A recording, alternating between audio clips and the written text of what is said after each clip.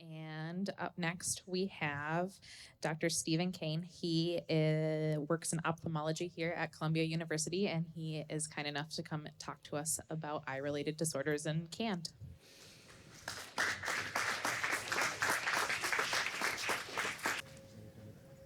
So my name's Stephen Kane, and I'm going to be speaking about KAND-related vision concerns.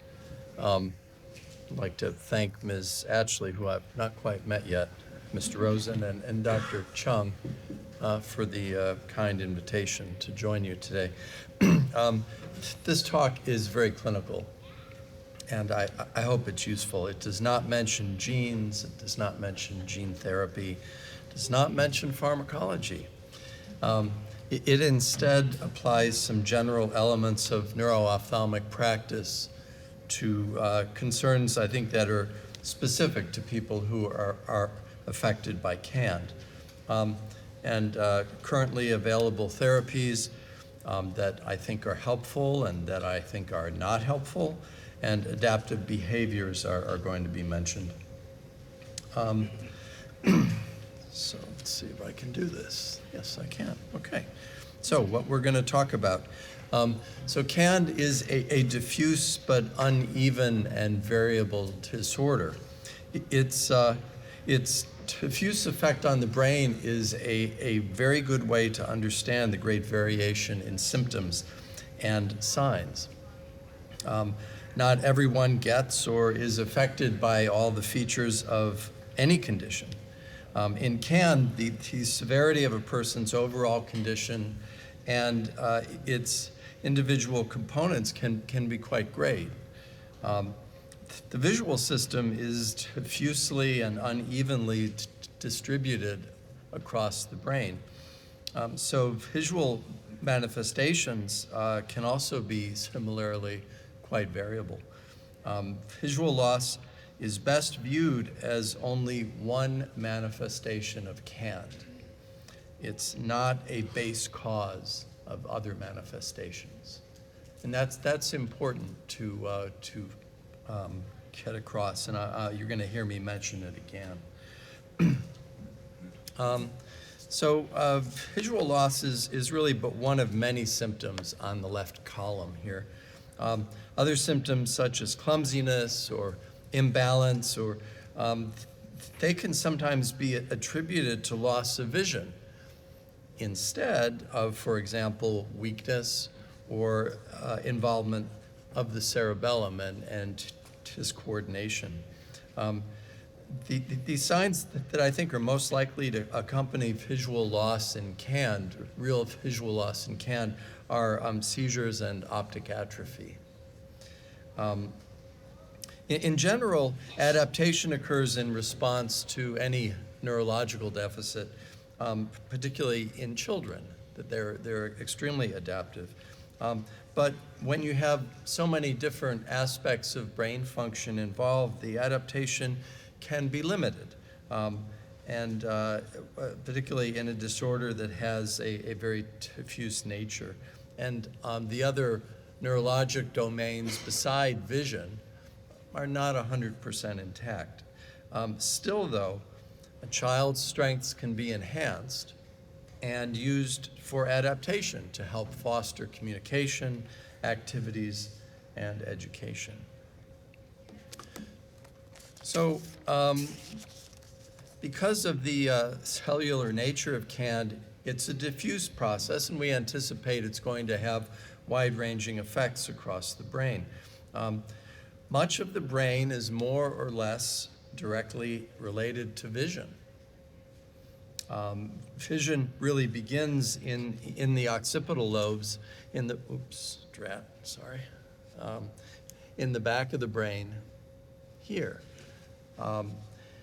and that's where the input from eyes goes first, and it's dissected and it's prepared for distribution to other brain regions for further analysis and ultimately responses.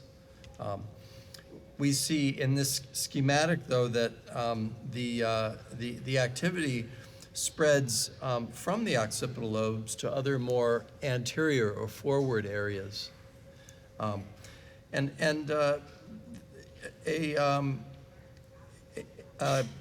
He's particularly involved the parietal lobe and the temporal lobe, which are right next to the occipital lobes. A useful way to understanding this process of spreading or processing is to consider dorsal and ventral visual streams, and you can see those illustrated by the arrows. The dorsal ventral stream contributes to our perception of spatial organization and aids in navigation with activity in the parietal lobes and also in the sensory motor cortex. So if you're trying to navigate around a room and trying to recognize what you can walk over or not walk into, that's what happens here. The more ventral stream contributes to recognition of complex things, such as faces, and also participates in language, and allows you to recognize the meaning or the implication of something that you see. These are data from Dr. Chung's lab, and the upper drawing is to illustrate the distribution in her study about how vision is affected in these 80-some patients. And there are some that really have nothing to say about them. They have no standard problem with needing glasses that might be considered normal for a certain percentage of children. They have no other problems at all. That there are some that need glasses, and that's not unexpected. There's a good chunk that have a need for glasses, plus they have other things that are going on. And then probably a good half of these patients have some pretty significant visual problems related to ocular involvement, related to optic atrophy, to components of vision that we're going to talk about in a moment. It's interesting that there's a parallel between the severity of the condition and the involvement of the visual system. Remember, about half of the patients studied also had seizures, and half have pretty significant visual problems. Down here, some of these are starred, like optic atrophy and strabismus and cortical visual impairment and nystagmus, some depth perception concerns, and then there's some eye movement abnormalities. Those are the things I'm going to kind of zero in on, but if you have questions beyond that, for the sake of time, I'll be happy to answer them at the end. So just some basics about some anatomy so that we're all on the same page.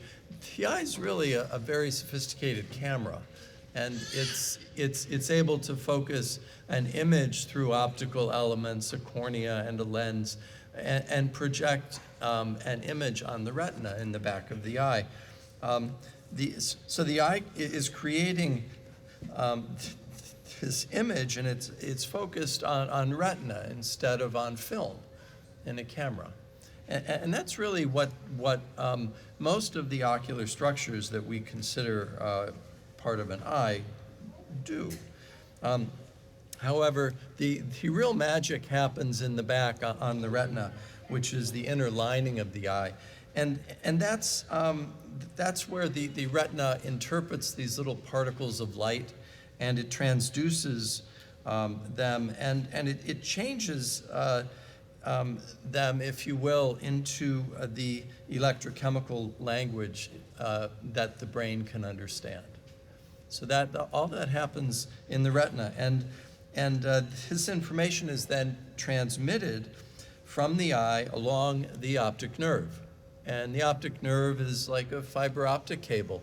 It's got lots of little strands or axons.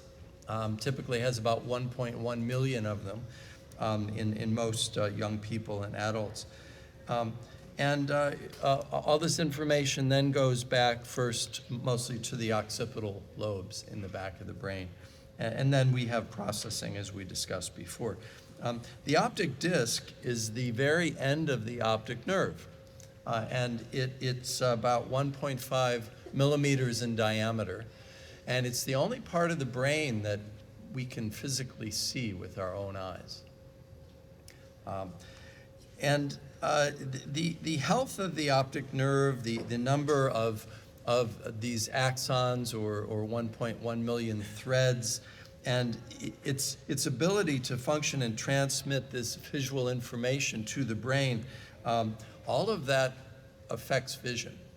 It's all very important. It's almost as if your computer is connected to the internet and you have a very good Ethernet cable, or you have a sort of shaky functioning Ethernet cable. It's that kind of connection.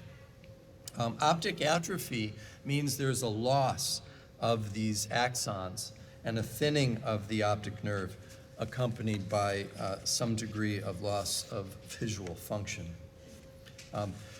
Some authors state that optic atrophy is almost always present when other symptoms of KAND are present. And this statement may be true, since detection of optic atrophy, particularly in its early stages, can be difficult. Neuro-ophthalmic consultation and sometimes some diagnostic studies can sometimes be useful if optic atrophy is suspected but not really known for sure. These black and white photographs show varying degrees and appearances of optic atrophy.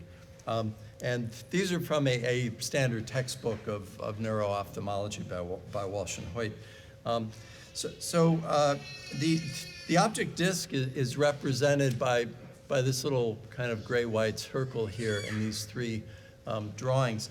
And the layer of axons that are attached to the optic nerve, to the optic disc, they live right on the very superficial layer of retina here.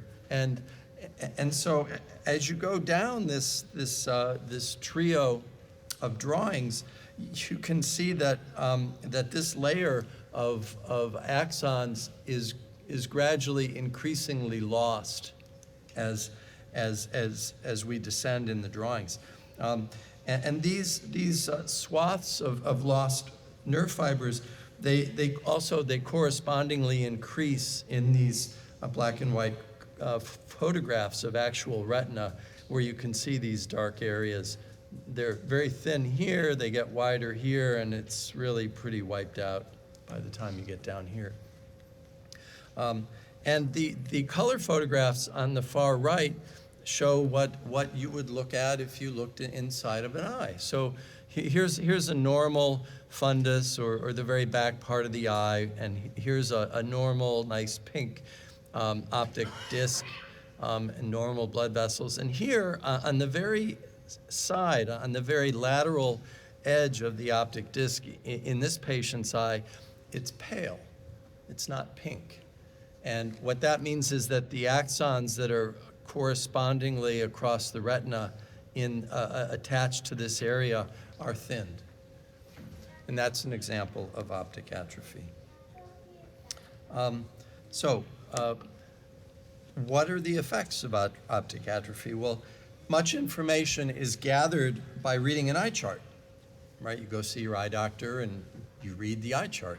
So we tend to equate vision with that ability and visual loss with the inability to read print.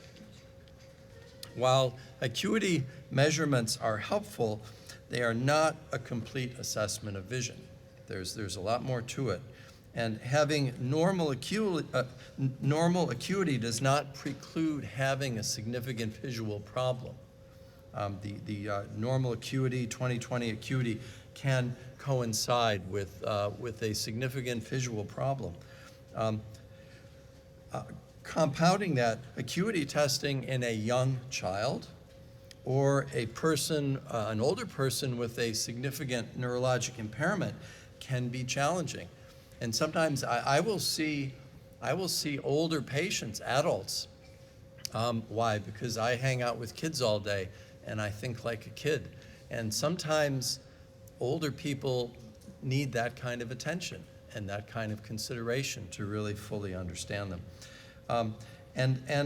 So it can be challenging, and the assessment can require a significant degree of experience and sometimes some diverse methods to answer questions that are posed. So what are the effects of optic atrophy? Well, loss of central vision or acuity it's usually noticed right away. Sometimes in a child, if one eye is working fully and central vision's lost in the other eye, that can get swept under the rug sometimes. But in adults, it usually, or older people, it does not escape attention. We're very attuned to our central vision because that's what you're using to look at me right now. Visual field loss or peripheral vision loss, that can be asymptomatic. And there's a very common condition called glaucoma where visual loss is typically advancing, affecting peripheral vision, and people don't know they have a problem. So peripheral vision can really be out of consciousness in a sense. Here, in this artist's rendition, the visual loss, oh, drat, sorry. The visual loss can be concentric, going from a normal visual field, if you will, to something much more narrow. But oftentimes, loss of peripheral vision is more complex and in a pattern, and it also can be more diffusely distributed. So, for instance, in this drawing, it looks like everything in the center is just as clear here as here, but it's usually not the case. What do you see? If a person is ambulatory, then you can expect some difficulty navigating objects on perhaps one side or the other side, and walking into things, missing doorways a bit. That can be an indication of a problem with peripheral vision. However, there are other explanations in a diffuse neurologic process. It could be weakness, could be clumsiness also, and it could be impaired balance. So questions are rightfully raised, but they need to be answered in a sensible way to determine the significance of what you're observing. The effects of optic atrophy, and this is really important, I can't stress this enough. Contrast sensitivity is a very useful concept to understand the visual experience of a person with optic atrophy. So reading an eye chart with jet black letters on a bright white background in a dimly lit office, now that's reality, right? That's what you do when you go and see your eye doctor, right? That's incredibly, that's a very high contrast stimulus, those black letters on that bright white background.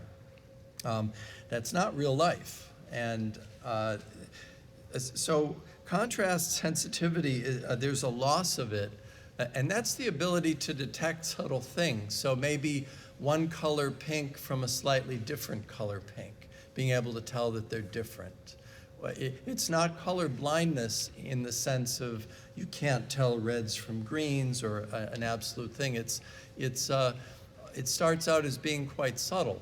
And so here, in this artist's rendition, you can see the baseball here much easier, and with less contrast on the left side, it would be considerably harder to see if you were fielding a fly ball in right field. I often hear parents tell me about their children walking around, and they go into a new place, a novel environment, and they won't cross the threshold from one room to the other. The carpeting's different, or the tile is different. there's a lack of contrast between the two. And they can't tell, is there a step down?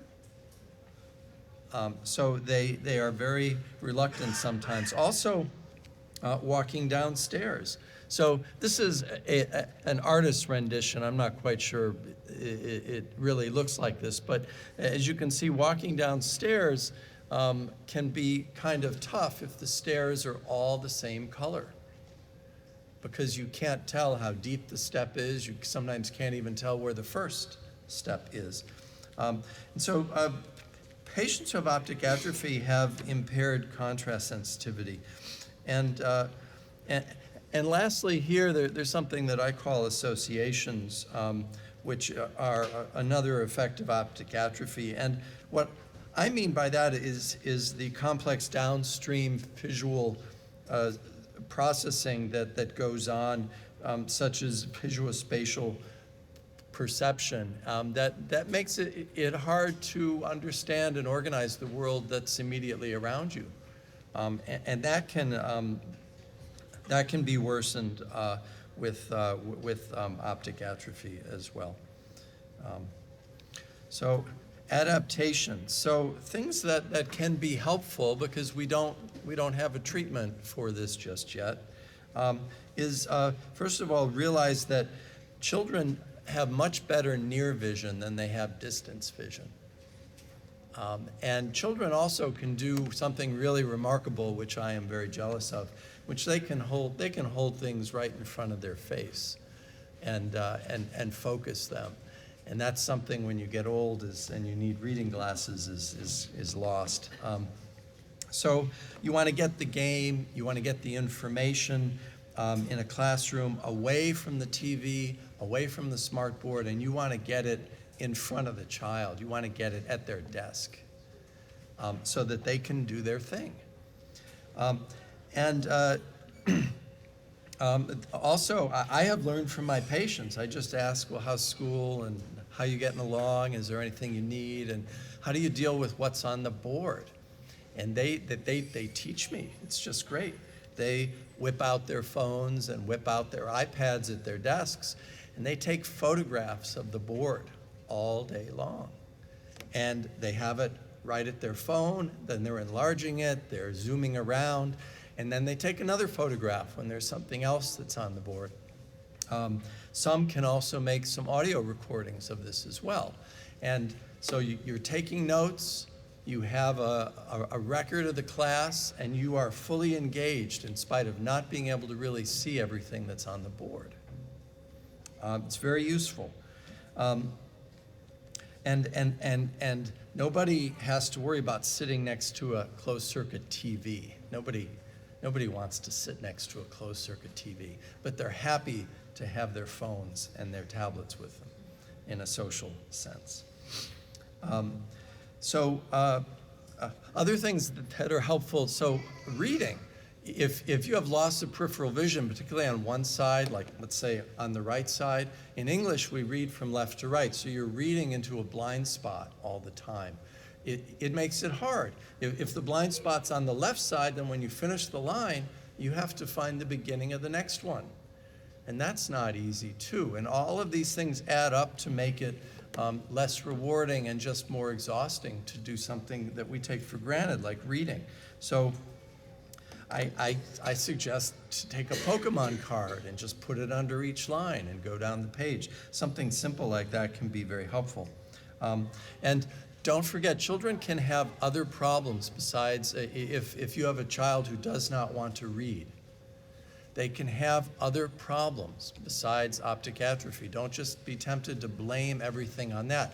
They could have dyslexia. Why not? Another child can. Why can't my child have dyslexia? So, and the other thing in a school setting to consider is ambulation, especially when you have to go from class to class to class. Peripheral vision loss can make it difficult if it's a busy hallway, and also steps. Steps can be a little tricky sometimes. So I've had parents go in with rolls of masking tape and put them on the steps so that they make sure their child can tell where the steps are. All right, on, The next thing to talk about is cortical visual impairment. And here, the eye can be completely normal, no optic atrophy, and functional, yet the normal responses that we anticipate and thereby interpret as indicating vision are absent. Early on, an infant may not make eye contact with you, for instance. That's very disturbing to a parent. One note here is do not assume that children, patients with cortical visual impairment do not see anything, because you're probably going to be wrong. They're just not seeing what you think they ought to be seeing or responding in the way you think they should, that they should be responding. And in follow-up with Dr. Achman's talk, a variety of seizure types, including non-motor seizures, can be present with cortical visual impairment. They very often go together. If the occipital lobes are affected by seizures, you won't have any motor signs. There won't be any abnormal movements. The effect may be an absence type of seizure. And if the occipital lobes are not working, then the process of dissecting and beginning to interpret the visual information can't really begin. So there's something dramatically wrong, and really the child can behave as if they're completely blind. Seizures during sleep and seizures, as I mentioned, that affect only the occipital lobes can be particularly problematic. So some individuals who are affected by cortical visual impairment can also have abnormal electrical activity in their brains that would not be classified as having seizures.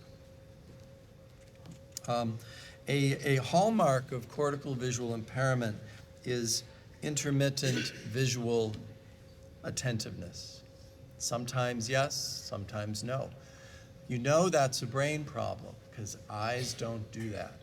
There's nothing about eyes that has a temporal character like that. Only brains behave that way. Okay. So what do we do? So cortical visual impairment is common, not just in children with KAND, but lots of conditions.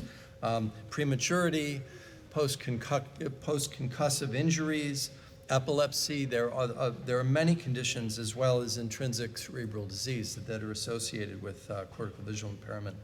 Sometimes the cause is just not found. The effects can be highly variable, but I always consider seizures when I see a child with cortical visual impairment, and I often request neurological consultation and suggest an electroencephalogram because seizures are treatable, and you don't want to miss a treatable problem. I wish we had more of those. There's a lady named Christine Roman who's done doctoral research. Perhaps some of you have heard of her. I think she's somewhere in Pennsylvania now. And what she was interested in is studying the visual system as it pertains to education. And so she's contributed a framework that I think seems to be useful to parents, particularly schools and therapists, with regard to such variables as lighting and classroom placement and presentation of materials to students that at least gives the educators a scaffolding to hang on to when trying to work with children with cortical visual impairment. This is one thing that I did want to mention. So, because I hear about these questions a lot from parents who've heard about them from therapists. Binocularity, the ability to use your two eyes together, fuse images together, it's nice to have. And it's sometimes helpful, but it is not required for any activities of daily living. It's just not. You can drive a car, you can attend a school, you can get married, you can do almost any kind of work and participate in sports, even at a high level, without it.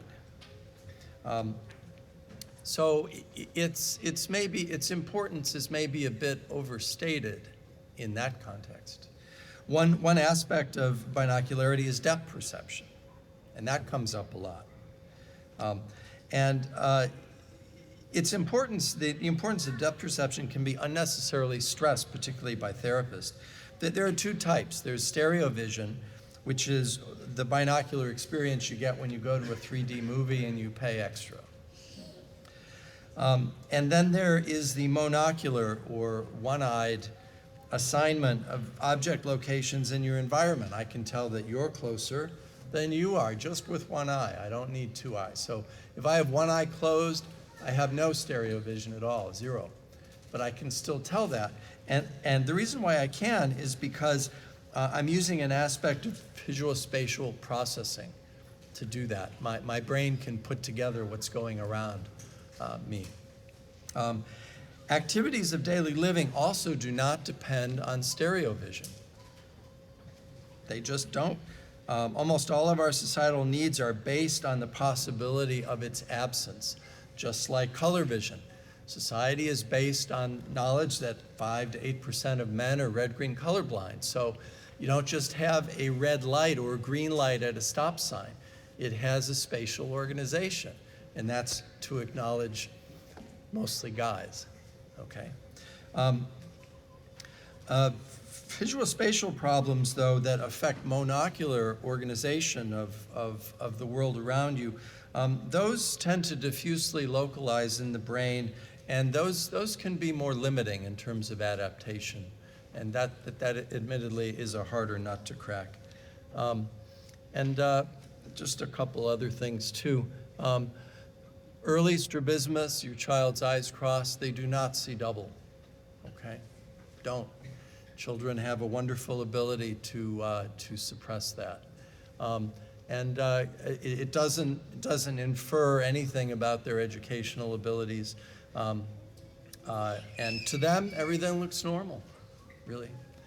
The last thing that I'd like to mention in this slide is that there are some examples, for instance, if gaze is not stable. So when I'm looking at you, my eyes are steady. If I had nystagmus, they would be shaking.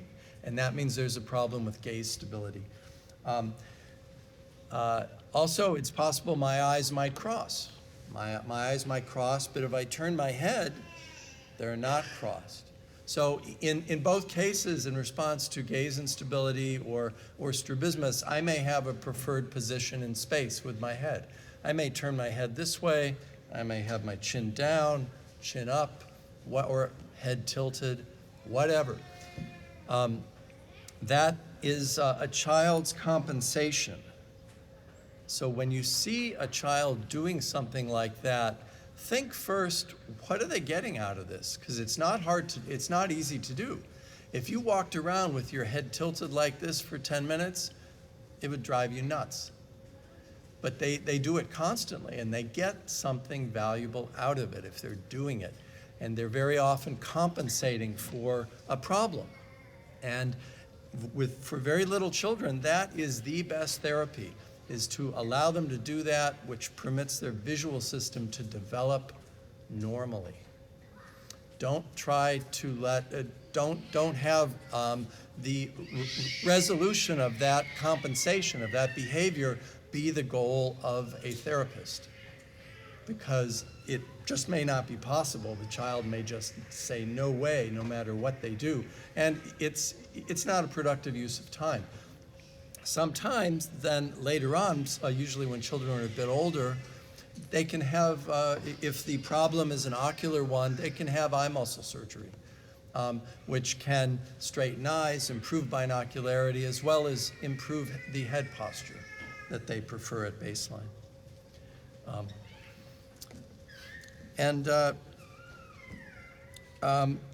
Couple of things. Sometimes spectacles are very useful, as you saw in the photograph in the previous slide. You put them on a child and all of a sudden their eyes are straight. It really does happen sometimes. Spectacles, though, and almost never prism spectacles can be useful. Prism spectacles are, I would bet there's a lot of people in the audience who've had prism glasses for their kids. There's no science to say that they do anything, and most people will figure that out after a little while. But regular spectacles to correct myopia or astigmatism or balance the asymmetry between eyes, that they can be very helpful. And as I said, strabismus surgery later on down the road, that's surgery on the eye muscles to straighten eyes. That can be helpful. This is the slide we saw before. Different variations in the KIF1A gene, I guess I am mentioning a gene, have been associated with different signs and symptoms and progression rates and severity. A visual deficit may be implicated as the basis of another neurologic deficit because that deficit has a visual component. A very common scenario, again, because the visual system is more or less involved in so many regions of the brain. Such implication should be at least questioned, if not resisted. Prognosis, because of all that we've talked about, it is also highly variable. Teaching and working toward a child's strengths while acknowledging weaknesses can be key to fostering adaptation for a particularly difficult manifestation of disease. And I very much admire your dedication to your children and to the children of others affected by KAND. And I thank you for your patience and would be happy to answer any questions if I can.